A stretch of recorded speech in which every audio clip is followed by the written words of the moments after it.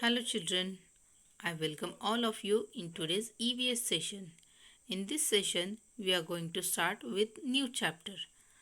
But in previous session, we have studied the interrelationships between living things. And today, we are going to start with new chapter, that is storage of water. Chapter number 3, storage of water. Children, we know that some rainwater flows away over the ground. Some water seeps into the ground. All the water we get from the rain. The rainy season lasts for 3 or 4 months. Along with us, all living things use this water all year around. If we do not store water, we will not have enough water for our needs. That is why we have to save water. Water must be used economically. In this lesson, we will see different ways of storing water. So, the first way of storing water is old water stores. In the olden days, several methods of storing water were used in our state. Nowadays, these old water stores are rarely used. However, their remains can be seen in all places. Some of them are very beautiful. Water in some of these stores never get depleted. So, the first water store is well. Some rainwater seeps into the ground. Wells are dug to obtain this water. People lived on hill forts in past. They also needed water. The forts had reservoirs and tanks dug into the stone.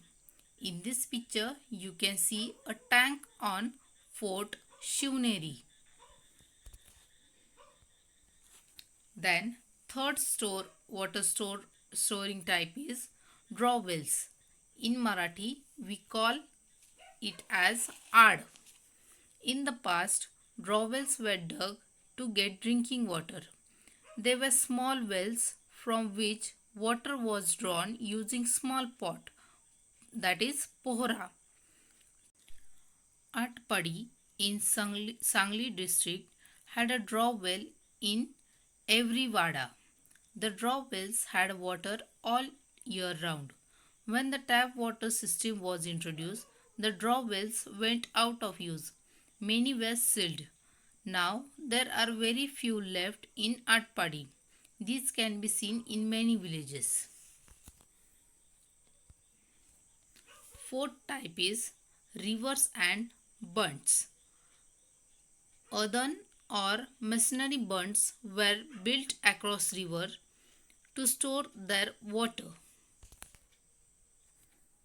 This is bund and this is river. Now we are going to see old reservoirs. Reservoirs were built in areas of low rainfall or in areas without a major river. Most of the reservoirs were built using stone and mortar. Here you can see a picture or old reservoir picture, a tank at Chandwad in Nashik district. Next is old tanks. In Marathi, we call it as haud. Earlier tanks were used to store water. Some large cities still have these old tanks. Some of them are still in use. In this picture, you can see a tank in Aurangabad city. So children, in this session, we have seen where was the water stored in ancient times. The first one is well.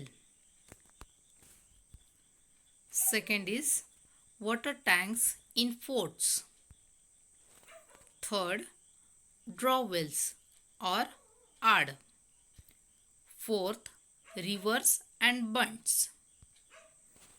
Fifth, old reservoirs. And sixth, old tanks or haud. Thank you. Bye.